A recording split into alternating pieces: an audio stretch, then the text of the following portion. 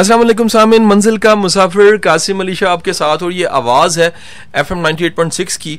सामीन खैरियत से होंगे। आज हफ्ते का दिन 8 बज चुके हैं और आप हमारी आवाज़ को सुन रहे हैं। यकीनन आपको इंतज़ार होगा कि मंजिल के मुसाफिर आज साथ होंगे प्रोग्राम में। तो आज एक नहीं दो हमारे पास मंजिल के मुसाफिर हैं। हमारे साथ आज हैं उमर रज़ा साहब और साथ ही माया ख़ान। उमर जो उनसे हैं वो प्रेसिडेंट हैं आलमी मजलिस इकबाल इंटरनेशनल इकबाल सोसाइटी के, और माया ख़ान जो उनसी हैं वो असिस्टेंट डायरेक्टर एकेडमिक्स हैं। आप दोनों को अस्सलाम वालेकुम जी। वालेकुम अस्सलाम। और माया का भी जो उनसे हमें वालेकुम सलाम आ चुका है। तो अब ये जो आज का प्रोग्राम है वो इस लिहाज से बड़ा डिफरेंट है कि इकबाल को तो मैं अपना मुर्शिद कहता हूँ, इकबाल को अपना उस्ताद मानता हूँ। इकबाल के हवाले से ये प्रोग्राम हम बल्कि कह लीजिए कि 23 अप्रैल तो गुजर गई, लेकिन हम इस प्रोग्राम को जैसा कि 21 अप्रैल गुजर गई और अब जौन साहब वो मई के दिन जा रहे हैं, तो आप इस प्रोग्राम को मई में सुन रहे हैं, लेकिन हम इकबाल के दिन को मनाते हुए, इकबाल के नाम को मनाते हुए हम आज की शाम इकबाल के नाम कर रहे हैं। आज सिर्फ कलाम इकबाल चलेगा और साथ ही साथ हम गुफ्तगू करेंगे उमर रज़ा और माया ख़ान से। उमर कैसे हैं आप? ठीक ठाक हैं अल्हम्दुलिल्लाह, आप सुनाइए। अल्लाह का बड़ा एहसान। उमर अच्छा ये बताइए कि ये एक आलमी मजलिस इकबाल और इसमें आप प्रेसिडेंट की हैसियत से सर्व कर रहे हैं।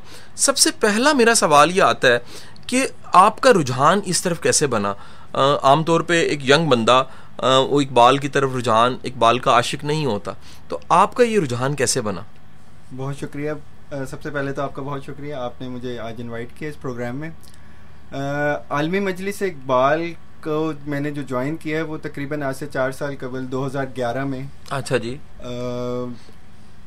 मैंने इसको फेसबुक पर ही मैं देख रहा था, फॉलो कर रहा था काफ़ी देर से। अल्लामा इकबाल से रिलेटेड एक्टिविटीज़ हो रही हैं, ये कुछ लोग हैं और ये ऑनलाइन इनके बहुत सारी चीज़ें हैं जो मैं फॉलो कर रहा था। सही जी। तो जब ये पाकिस्तान में 2011 में जिसका लॉन्च हुआ तो मेरे दिल में भी ख्वाहिश पैदा हुई कि मैं जाके देखूं कि ये कौन लोग हैं, ये किस तरह का काम करते हैं, इनकी क्या एक्टिविटीज़ हैं। सही जी। तो जब मैं पहले स्टडी सर्कल में गया तो मुझे बहुत सारे खूबसूरत लोग मिले जिनके साथ मतलब जिनको देख के हौसला भी हुआ इकबाल को सीखने का, इकबाल को समझने का और इकबाल के मैसेज को फैलाने के लिए मजीद काम करने का। सही जी।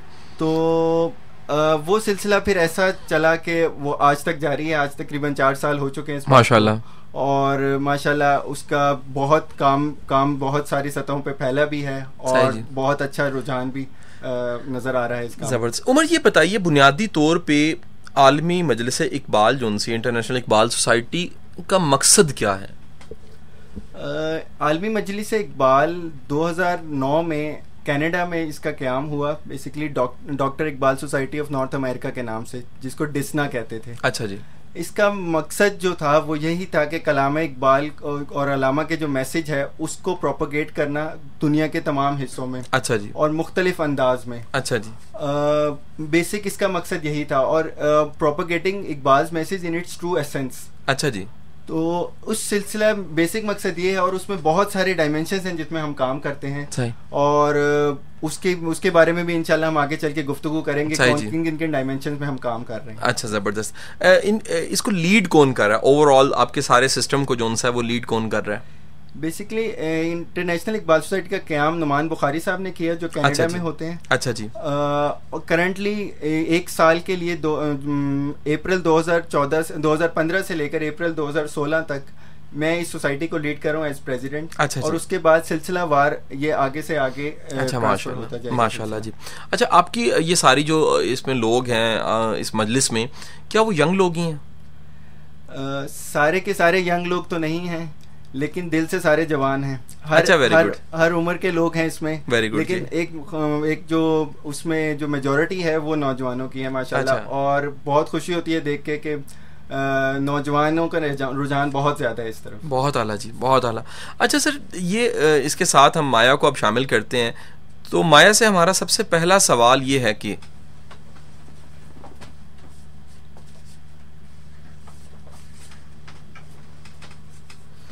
अच्छा माया ये बताइए कि आप कैसे जोन सा वो एक आलमी मजलिस इकबाल की तरफ आप आई? आमतौर पे लड़कियों के लिए तो जोन सा वो तालीम का हसूल बड़ा मुश्किल है।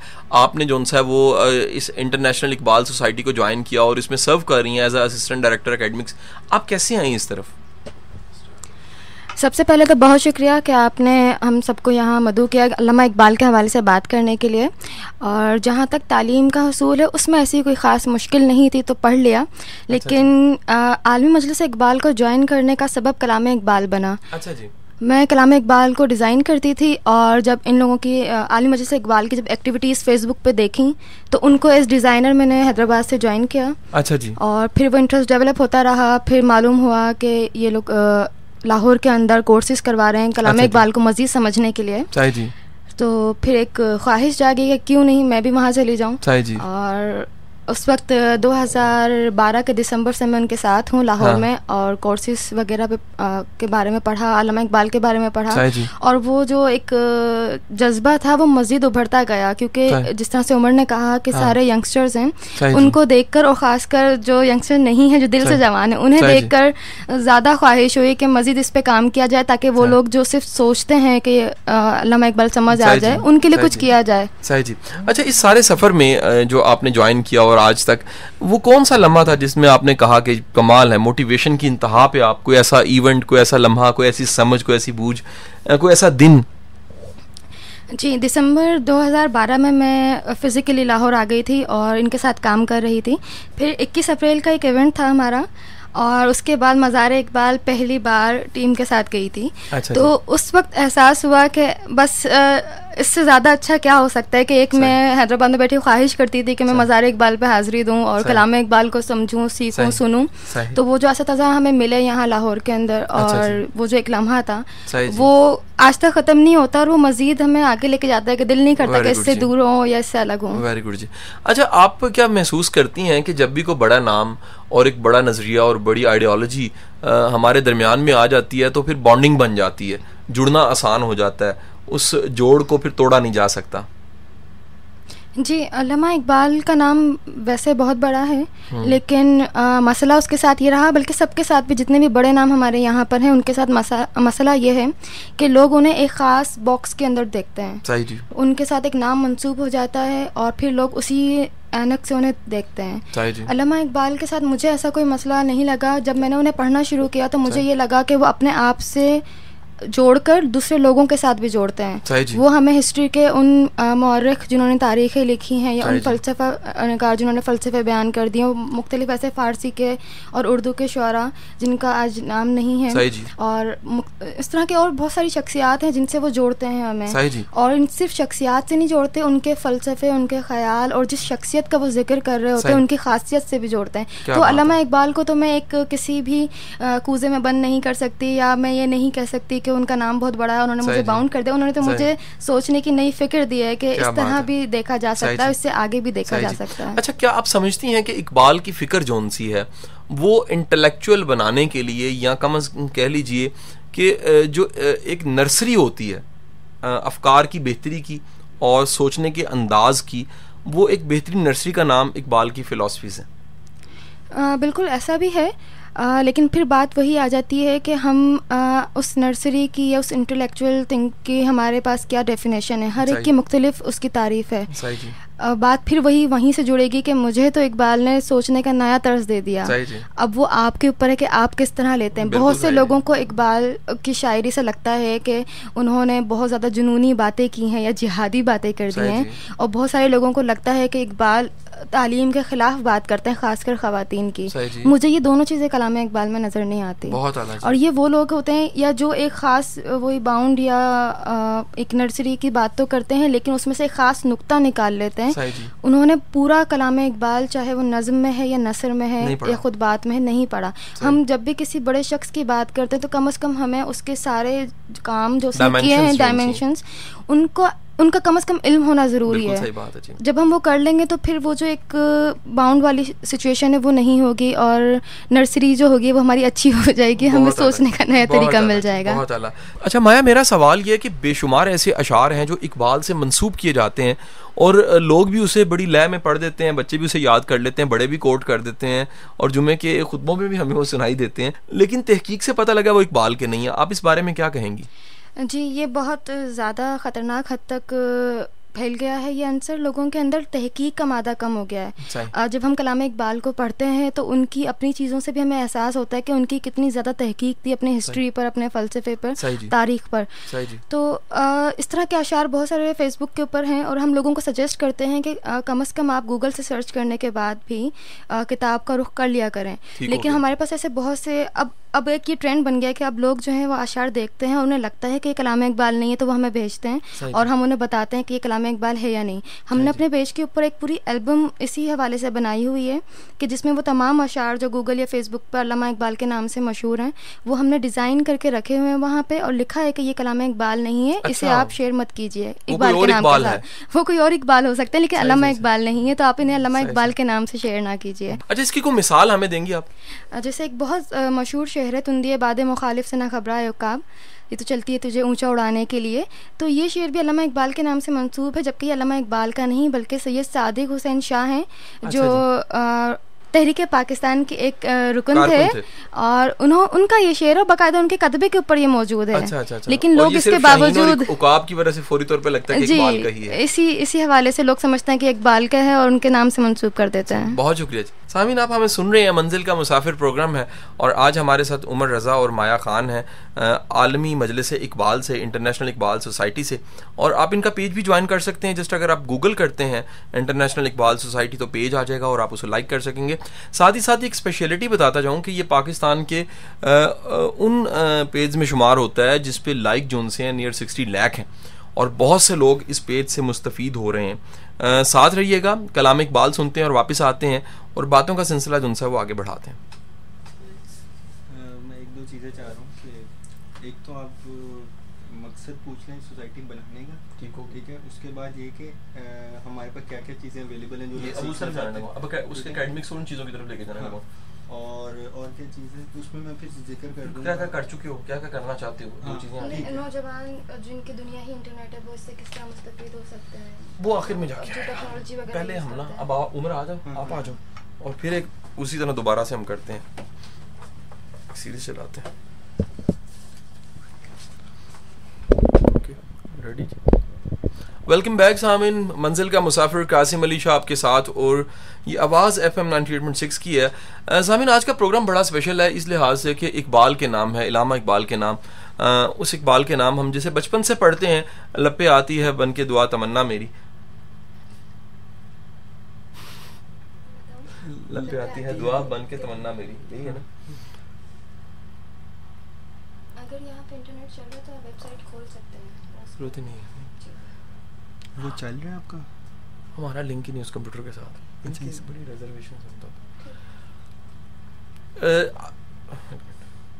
आज के प्रोग्राम की स्पेशलिटी ये है कि आज का प्रोग्राम जोन सा है वो इलामा इकबाल के हवाले से है। इलामा इकबाल जिन्हें हम बचपन से पढ़ते हैं, लपे आती है दुआ बन के तमन्ना मेरी, और साथ ही साथ बेशुमार कलाम इकबाल हमारे निसाब में भी शामिल होता है। और हमने स्पेशली मदू किया है उमर रज़ा को और माया खान को, ये आलमी मजलिस इकबाल में सर्व कर रहे हैं और बहुत सा काम कर रहे हैं। उमर, हमें ये बताइएगा कि बुनियादी तौर पे इसका मकसद क्या है इस मजलिस का? जी बहुत शुक्रिया, बहुत अच्छा सवाल पूछा आपने। देखें जी, एक बहुत बड़ा जो हमें गैप नज़र आ रहा था वो ये था कि इकबाल को जो सीखने वाले थे ना, जिनके दिल में ख्वाहिश थी कि इकबाल को सीखा जाए, वो लोग शिकायत ये करते थे इकबाल को सिखाने वाला कोई नहीं है। वो ये कहते थे कि इतने बड़े बड़े स्कॉलर्स हैं, उन्होंने किताबें तो लिख डाली हैं लेकिन वो उनकी अवेलेबिलिटी नहीं होती, वो हमें मिलते नहीं हैं सिखाने के लिए। और दूसरे एंड पे हमारे उन बुज़ुर्गों की, उन स्कॉलर्स की ये शिकायत होती थी कि आजकल की नस्ल सीखने के लिए तैयार नहीं है। वो ये शिकायत करते थे कि लोग सीखने आते ही नहीं हैं, हमें पूछते ही नहीं है। हमने ये किया कि एक ब्रिजिंग का काम कर दिया कि एक ऐसा प्लेटफॉर्म बना दें जिसमें सीखने वाले और सिखाने वाले इकट्ठे मौजूद हों, और इसमें अल्हम्दुलिल्लाह हमें बहुत कामयाबी हासिल हुई है और ये एक प्लेटफॉर्म एक बहुत बड़ा प्लेटफॉर्म बन चुका है।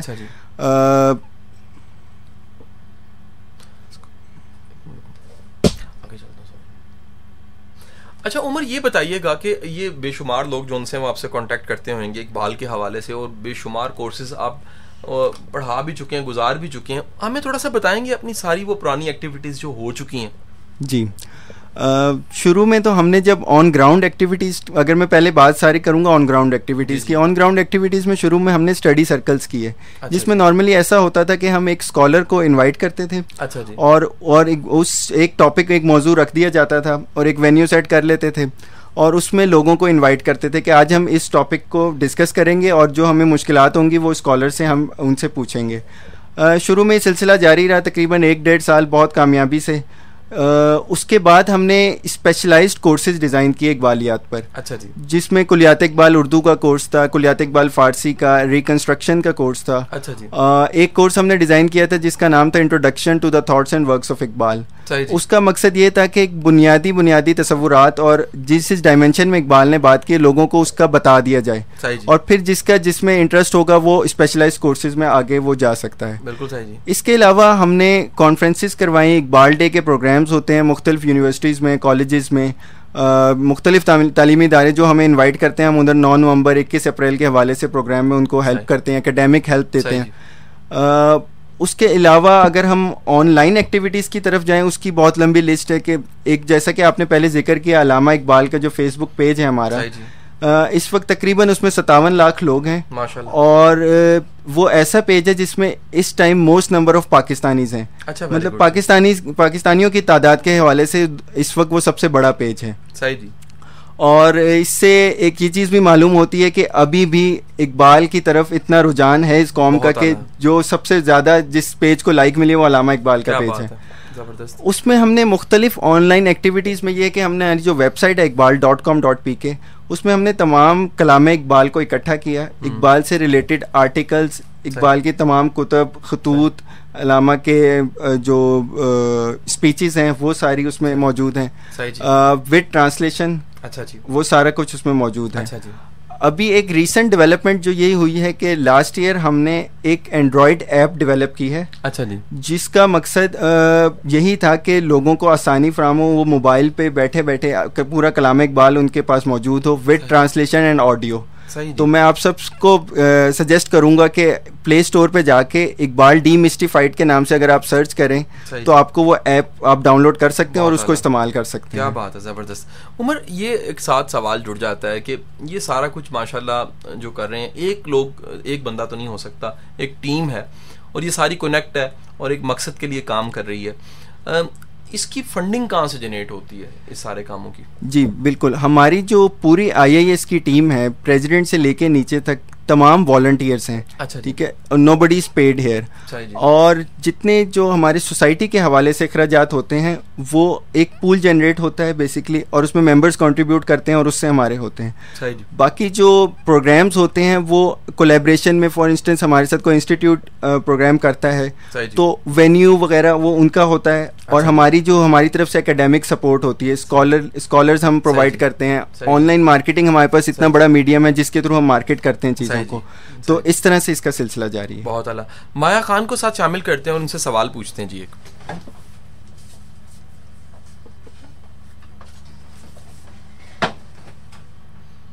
अच्छा माया, मेरा सवाल ये है कि आपने ये कोर्सेज यकीनन जो बता रहे हैं उमर, आपने भी किए होंगे, तो इसमें एक ऐसा कोर्स जिसकी अटेंडेंस वैसे तो है लेकिन उस अटेंडेंस की वजह से GPA नहीं बनना।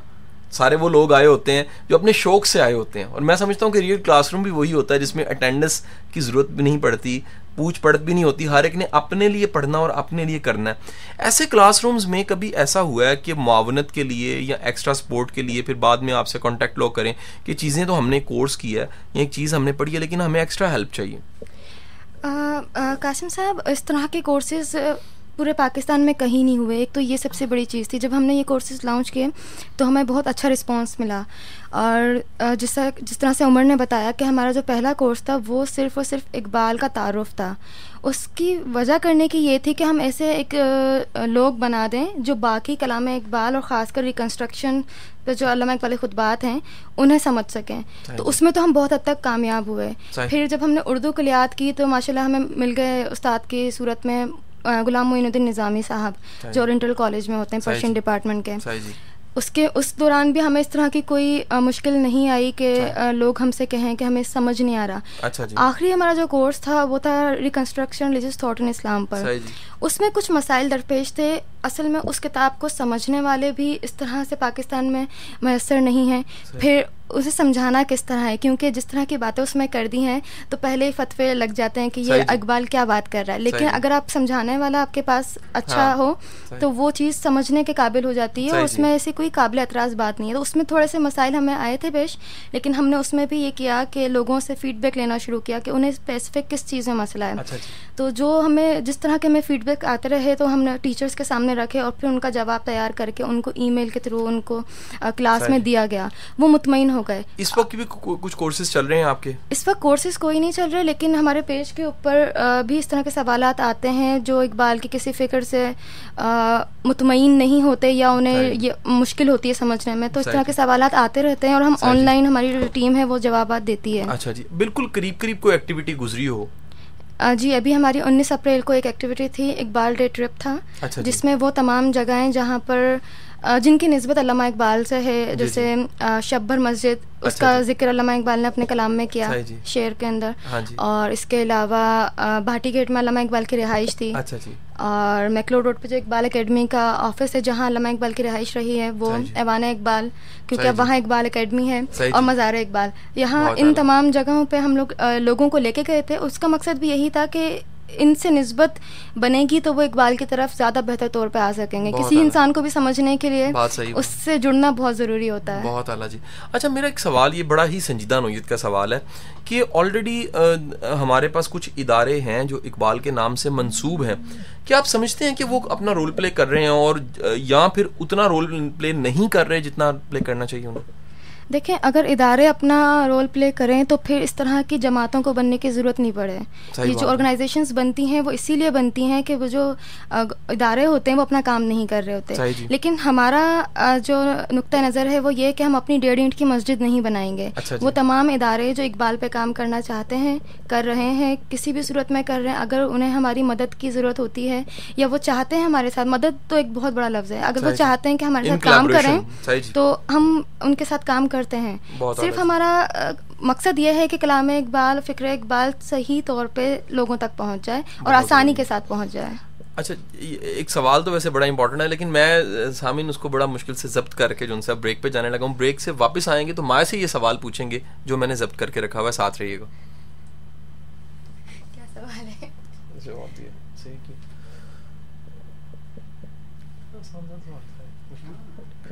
वेलकम बैक सामिन, मंजिल का मुसाफिर कासिम अली शाह आपके साथ, और ये आवाज़ है FM 98.6 की। सामिन, ये प्रोग्राम मंजिल के मुसाफिरों को लेकर आता है। आज 2 मंजिल के मुसाफिर हमारे साथ हैं, उमर रज़ा और माया खान। दोनों ही जो उनसे वो आलमी मजलिस इकबाल से वाबस्ता हैं और सर्व कर रहे हैं इकबाल का नाम, इकबाल के कलाम को और इकबाल की आइडियोलॉजी को फैला रहे हैं। माया, ये बताइएगा कि निसाब में भी इकबाल मौजूद है, और ये एक बड़ा एक टेक्निकल सवाल है, क्या इकबाल जो निसाब में मौजूद है, क्या इतना इकबाल काफ़ी है? या दूसरा सवाल साथ ही आएगा, जो चीज़ें निसाब में मौजूद हैं क्या इसके अलावा भी कुछ होनी चाहिए थी जो बिलखसूस डेवलपमेंट के लिए और यूथ को टच करने के लिए ज़रूरी थी? इकबाल निसाब में जिस कदर मौजूद हैं उससे ज़्यादा ज़रूरत मुझे इस चीज़ की लगती है कि इकबाल पढ़ाने वाले और समझाने वाले मौजूद नहीं हैं। जिस तरह से हम अगर निसाब का जायज़ा लें तो इकबाल बहैसियत शायर मौजूद हैं और उनकी और कोई डायमेंशन हमें नज़र नहीं आती, तो इसलिए हमारी जो नस्ल जब बड़ी होती है तो वो इकबाल को शायर ही समझती है और शायरों को कोई ख़ास अहमियत दी नहीं जाती आज के दौर में। फिर आप उनके साथ कोई भी टैग लगा दें वो उससे कोई फ़र्क नहीं पड़ेगा अगर आप उन्हें नहीं बताएंगे कि ये शायर होने के अलावा ये भी हैं और ये इनके फ़िक्र मखसूस है। फिर जो लोग पढ़ाते हैं वो जिस तरह समझाते हैं वो कोई बहुत ज़्यादा मुतासिर कुन रवैया नहीं होता। मैं खुद जब मास्टर कर चुकी थी, मास्टर्स उर्दू में किया तो तमाम शुआरा को पढ़ा, लेकिन इकबाल से ऐसी कोई ख़ास रगबत नहीं थी। और फिर जब कलाम इकबाल ख़ास कर एक किताब है इकबाल और कुरान, सूफी गुलाम मुस्तफ़ा साहब की, जब वो पढ़ी है तो फिर इकबाल की तरफ लौट के आई हूँ। तो ये मामला तो हर किसी के साथ नहीं होता। अगर आप एक बड़ी चेंज या तब्दीली की बात करते हैं या आप चाहते हैं कि कलाम इकबाल उस तरह से फैल जाए, तो उसके लिए तो ज़रूरी है कि पढ़ाने वाले मौजूद हों। और निसाब की जहाँ तक बात है, उसको शायर से हटके मुख्तलिफ जावियों से भी पेश करना चाहिए कि शायरी भी दे दी एक लेवल के अंदर, आगे बढ़कर उसकी पॉलिटिकल थॉट्स जो थी वो भी ऐड कर दी जाए, और इस्लामी फ़िक्र जो है या तालीम के हवाले से जो नज़रियात हैं, जो खुतबात में छोटी मोटी बातें हैं, ये खुतबात को अगर छोड़ भी दिया जाए तो स्पीचेस जो हैं उनकी और जो दूसरी मुख्तलिफ तहरीरें हैं उनको शामिल किया जाना चाहिए, ताकि पता चले कि सिर्फ शायर नहीं था। बहुत आला जी। अच्छा, मैं ये सवाल भी फिर मैं कहूँगा बड़ा इल्मी नोयत का है कि क्या पाकिस्तान के अलावा किसी मुल्क में इकबाल को भले अंदाज से या हमसे बेहतर अंदाज से पढ़ाया जा रहा है?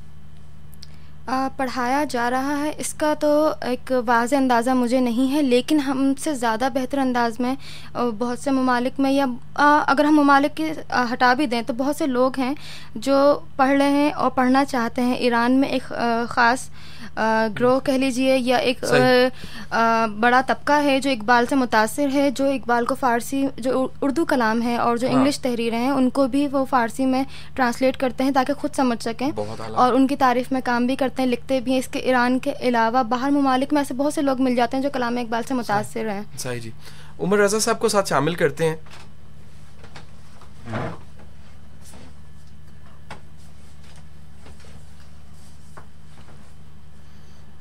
उमर साहब ये बताइएगा कि यकीनन एक मजलिस और एक सोसाइटी जो उनसी है वो चल रही है और उसमें आप ये काम कर रहे हैं, एक जिम्मेदारी का काम है। मैं समझता हूँ कि संजीदा चीज़ को पहुँचाना, उसका इब्लाग बहुत ही संजीदा काम होता है।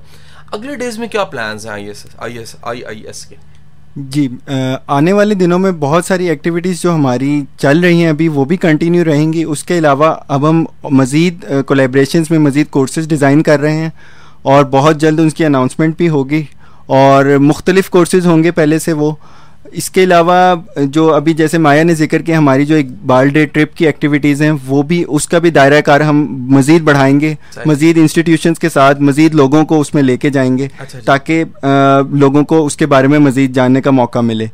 उसके अलावा ऑनलाइन भी डिफरेंट प्लेटफॉर्म्स में, जिस तरह हमने अभी एंड्रॉयड की ऐप है, इसी तरह हम iOS की तरफ जाएंगे ताकि जो लोग आज तक महरूम रह चुके हैं, जो दूसरे ब्रांड यूज़ करते हैं, तो उनको भी वो चीज़ अवेलेबिलिटी उसकी हो जाए। सही जी।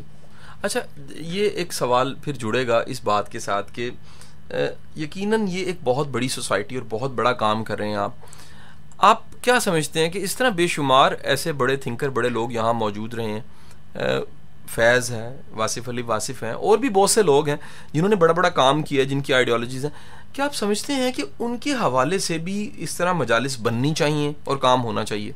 जी बिल्कुल, बिल्कुल होना चाहिए। उन सब लोगों के हवाले से काम होना चाहिए, क्योंकि जैसा कि पहले जिक्र हुआ कि इकबाल ने ना तो ख़ुद अपने आप को महदूद रखा किसी शख्सियत तक, ना कि हमें महदूद रखने का दर्स दिया।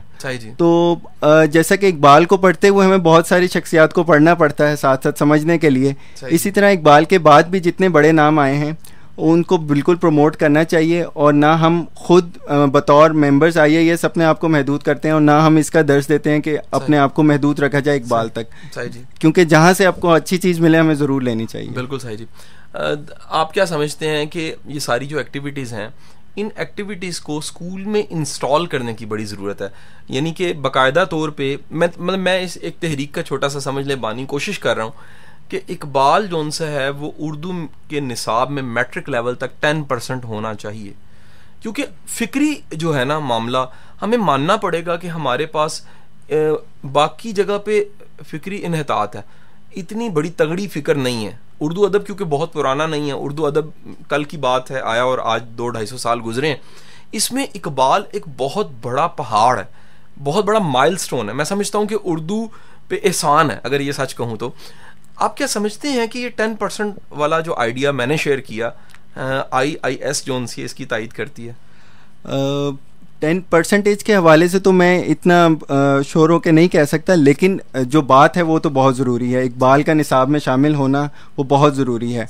और अल्हम्दुलिल्लाह हम अगले कुछ दिनों में और बहुत जल्द इस पे काम शुरू कर रहे हैं कि एक तालीम के हवाले से एक निसाब डेवलप किया जाए और उसमें फ़िक्र इकबाल को किस तरह डालना है उस पर भी आजकल मीटिंग्स चल रही हैं और आप भी उसका पार्ट हैं जिस तरह से, तो वो बहुत ज़रूरी है। और उसको हम उसकी बेशक शुगर कोटिंग हम कर सकते हैं, ज़रूरी नहीं कि एज इट इज़ लोगों को अगर उनको वो देखने में मुश्किल लग रहा है तो हम उसको डिफरेंट पिक्चर्स के थ्रू उनको दिखा सकते हैं, डिफरेंट तरीके से उसको बेसिक मकसद ये है कि फ़िक्र इकबाल को पेनिट्रेट किया जाए किसी तरह से, और उस पर इंशाल्लाह हम लोग काम करेंगे। कैसे ज्वाइन किया जा सकता है? यूथ आपको सुन रही है, आप कोई फेसबुक या कोई ऐसा लिंक हमें दीजिए जिससे यूथ जो उनसे फ़ायदा उठाए और आप तक पहुंच पाए। बिल्कुल जी, फेसबुक पे ज्वाइन करने के लिए तो आप facebook.com/allama-m-iqbal आप ये लिंक ओपन करेंगे तो हमारा पेज सामने आ जाएगा, आप उसको लाइक कर सकते हैं और उसके थ्रू आप तमाम एक्टिविटीज़ को देख सकते हैं जो जो हमारी चल रही हैं। बाकी टीम ज्वाइन करने का भी बहुत आसान तरीका है, कोई फॉर्मल बहुत लंबा प्रोसीजर नहीं है। आप iqbal.com.pk वेबसाइट पर जाइए, उसमें ज्वाइनर्स का एक सेक्शन है, ये रिपीट कर दीजिएगा। आप iqbal.com.pk वेबसाइट पर आप जाएंगे, उसमें ज्वाइनर्स का एक सेक्शन है और उस पर जाके आप अपना फॉर्म फिल कीजिए और आप हमारे मेंबर बन जाएंगे। बहुत आला जी, और एक्टिविटीज सारी जो सी हैं वो उसे बिल्कुल आगाह रहेंगे। सामीन, आपका बहुत शुक्रिया, आपने आज का प्रोग्राम सुना। आज का प्रोग्राम जो सा था वो अल्लामा इकबाल के हवाले से था। बिलखसूस अब देखिए कितनी खुशी की बात है कि यूथ हमारी जो सी यंग लोग इकबाल पे काम कर रहे हैं, इकबाल की फ़िक्र पे काम कर रहे हैं। शायद सिस्टम को, गवर्नमेंट को, इदारों को ये काम करना चाहिए, लेकिन अगर आज का नौजवान बुज़ुर्गों वाला काम करने लग पड़े तो इकबाल के बकौल ही जवानों को पीरों का उस्ताद कर, तो वो बात पूरी हो जाती है कि जवान जो उनसे पीरों के उस्ताद हो गए। आज के प्रोग्राम की फीडबैक हमें ज़रूर दीजिएगा, फिर कलाम इकबाल सुनेंगे आप। और आखिर में शुक्रिया अदा करूंगा मैं उमर रज़ा साहब और माया खान का, इन्होंने टाइम निकाला और बहुत नवाजिश बहुत कुछ सीखने को मिला। आपने हमें मदू किया, बहुत शुक्रिया। सामीन, अपनी दुआओं में याद रखिएगा, आसानियाँ बांटिए, आसानियों में रहिए। अल्लाह हाफिज़।